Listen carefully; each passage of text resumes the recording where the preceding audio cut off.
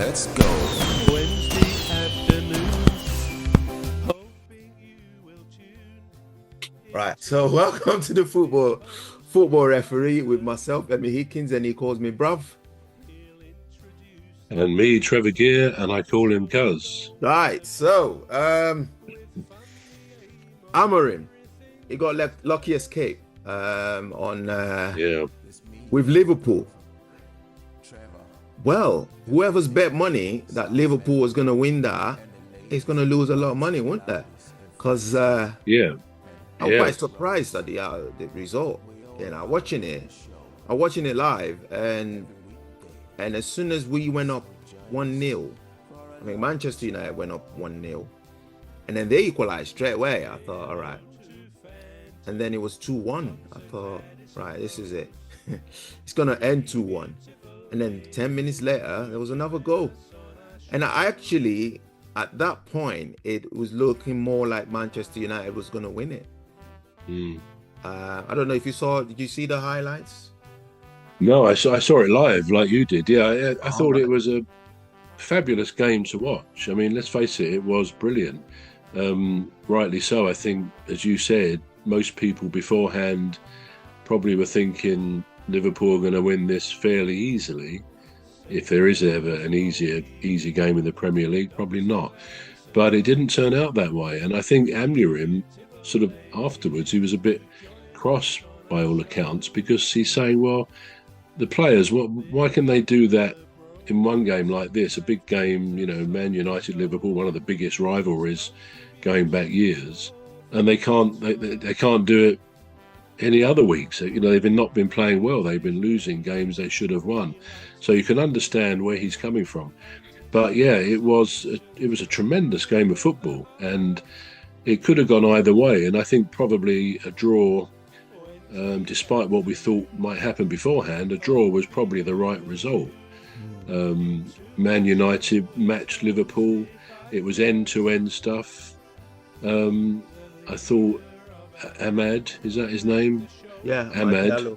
I thought he was excellent. He really is a great young player. But they all played well, and in fact, near the end, right near the end, before the end of added on time, Maguire could and should have scored to win 3-2. The only saving grace for him there, I think, and it was easy. It looked easy, but it probably wasn't an easy chance because the ball bobbled up. But the saving grace, I reckon, it would have been offside. The player who passed the ball, I think, was just, or it may have been Maguire himself, I can't remember, but there was clearly a very slight offside about that. So I think it probably wouldn't have counted. But if they won it, it wouldn't have been any. They wouldn't have been lucky, because they played. Man United played really well, really good game to watch. For the neutral, it was a great game to watch. It really was. They did. I was quite surprised, because I never thought that they were gonna, play that well, let alone draw. Because that was a fantastic result against Liverpool, against the side like Liverpool. Now there was something that you posted in the group the other day about Mo Salah, that it was gonna be his last season, basically. It'd be a shame for them. That's what he said, isn't it? Yeah, it'd be a shame. Yeah, I mean, I think. I think he, from what I remember of that article that I posted, I think he sort of implied that there is still time for Liverpool to make an offer that would be realistic for him. But the impression I got from that article was that he feels Liverpool won't necessarily want to keep him, which I find staggering. I really do, because he's been the most consistent player for the last 8 or 9 years. I mean, he always scores at least 20 goals, and very often a lot more than that. And he's done, I think, 21 this season so far, halfway through the season. So I think it's 21 this season he's done. Yeah, I'm sure they said that. Probably not just league goals, but across the other games too. And of course, it also looks like they're going to lose Van Dijk as well. I don't know whether that's because he particularly wants to go, or whether he, I don't know, maybe he feels, I can't say he's not wanted, because he's a sort of a stalwart player at the back that holds it all together. But it does look as if he and Salah will be going at the end of the season.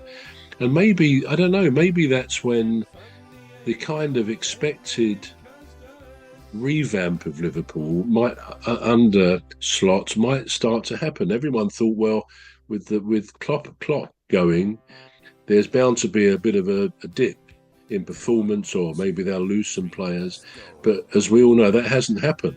I mean, they're easily top of the league. They could well win the league this year. And the slot machine, as they say, is doing great. He's really, maintained the great standards Liverpool set.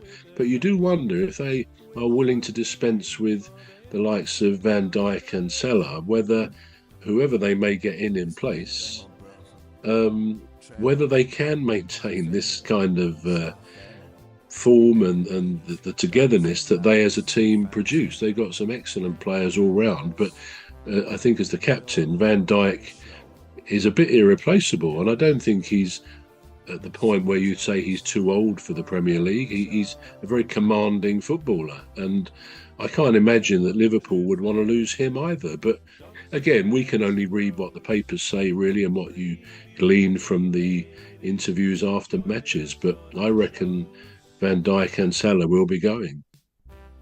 You reckon? You think they'll be, well, Salah said it, but I didn't know about Van Dijk. And if Trent Alexander-Arnold, if he goes, another one, if he goes as well, the whole team is going to lead a complete revamp, like you said. Rebuild.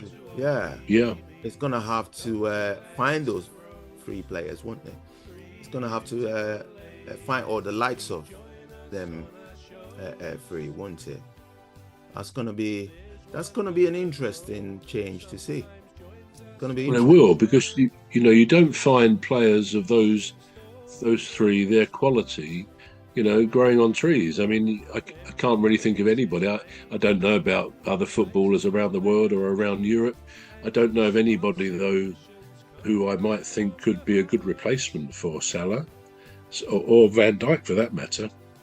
As central defenders, they don't come much better than him. And perhaps I'm reading this wrong, that maybe it's not definite, but I've kind of perceived from what I've read that Van Dijk will be going at the end of the season. And of course, we know that Alexander-Arnold is likely to go to Real Madrid.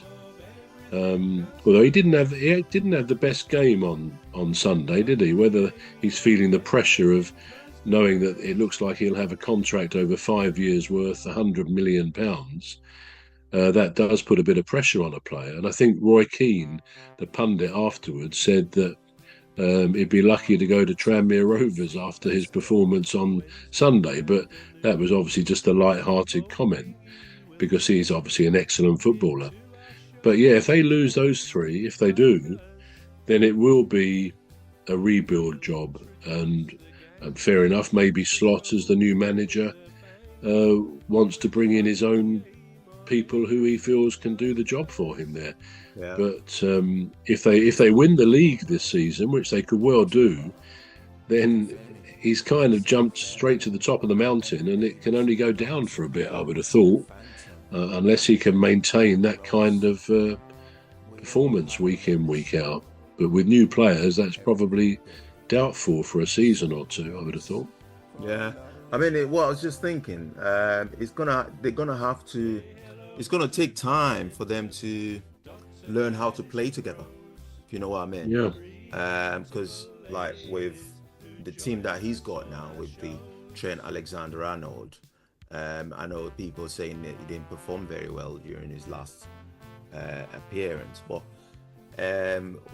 with them, they've worked together for years, or played together for years. The right term. Now, if he's going to have to bring three new players to replace those three, it's going to take time for them to be able to understand the coordination, you know, of passes and play, so to say. So it'd be an interesting one. Any manager that can pull that off would be it's I don't know if I should call it luck or it's just ingenious to be able to get 3 new players and just carry on with the winning formula or the same level of energy and performance. It'd be an interesting one to see, really. The thing is, they're blessed with great players. I mean, even like the young chap who often comes on as a substitute, Elliot. I mean, I've seen him over the last year, or probably a bit more, coming on as sub, sometimes starting, but usually as a sub. And he's obviously a young guy, 20, 21, and he's brilliant. I mean, you wonder where they find these people. I expect he came out of Liverpool's academy, but he is quite exceptional. And then they've got players like Gakpo, who, you know, and Gomez, Andy Robertson, the goalkeeper Alisson is excellent. You know, and when you think, you go... Soft Family, and the ladies, Dr. Gladys and Phantom, and Rose. We all have a lovely show every weekday, so join us for a lovely show. Say hello to Phantom.